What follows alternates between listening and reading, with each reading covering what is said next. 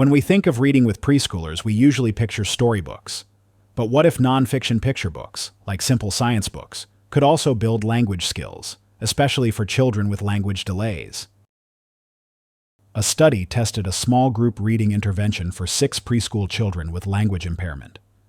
The intervention happened 3 times per week for 8 weeks, and it was delivered by a team of early childhood special education teachers and speech-language pathologists.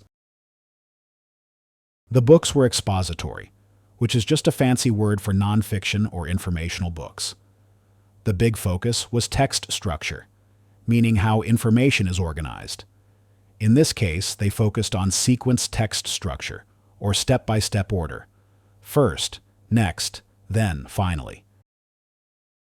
Each week, the practitioners read a new nonfiction science picture book about plants, and they read the same book 3 times per week. During reading, they intentionally taught 3 things to know. Sequence signal words like first, next, then, finally, academic vocabulary like plant-related words, and science topic knowledge about plants, like plant parts and what plants need to grow. They used language facilitation strategies such as asking targeted questions and providing support to help children build answers. After reading, the children did hands-on extension activities. For example, one day the adult modeled the steps of how a plant grows using a graphic organizer, and then the children acted it out with roles like seed, sun, and water.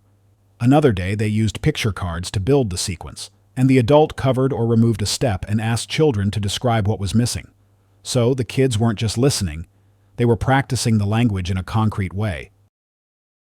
The researchers found that children showed significant improvement from pre-test to post-test in all 3 areas: sequence words, vocabulary, and science knowledge. They also found that practitioners increased their use of language facilitation strategies across the intervention. Recommendation 1 for educators. During read-alouds, explicitly teach and model sequence signal words. First, next, then finally. Post them as visuals and point to them as you read, because that's exactly what the intervention targeted. Recommendation 2. Add a short extension activity after reading, like a simple sequence graphic organizer, picture cards, or acting out steps. If you have access to a speech teacher, consider teaming with them when possible. Recommendations for parents. Use sequence words during daily routines, like bedtime or getting ready. For example, first we brush teeth, next pajamas, then story time, and finally bed. These signal words were a key target in the intervention. Recommendation 2. After reading a nonfiction book, or doing something like cooking, draw 4 quick boxes, or use 4 pictures and ask your child, what happened first? What happened next? What happened last? That mirrors the study's sequence practice using organizers and picture steps.